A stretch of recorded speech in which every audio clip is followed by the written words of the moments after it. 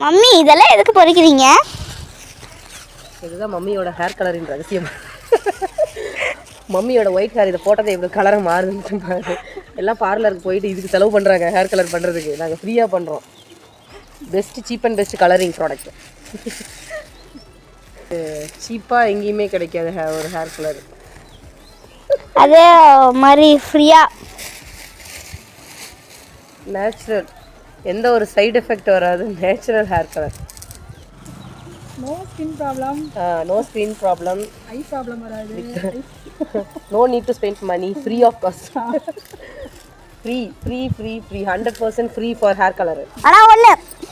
ஆனால் நீங்கள் யார் செடியிலையாச்சும் போச்சிங்கன்னா கேட்கணும்ல. சொந்த ஊரில் பக்கத்து வீட்டில் அத்தை வீட்டில் மாமா வீட்டில் யார் வீட்டில் பொறிச்சாலும் யாரும் எதுவும் சொல்ல மாட்டாங்க.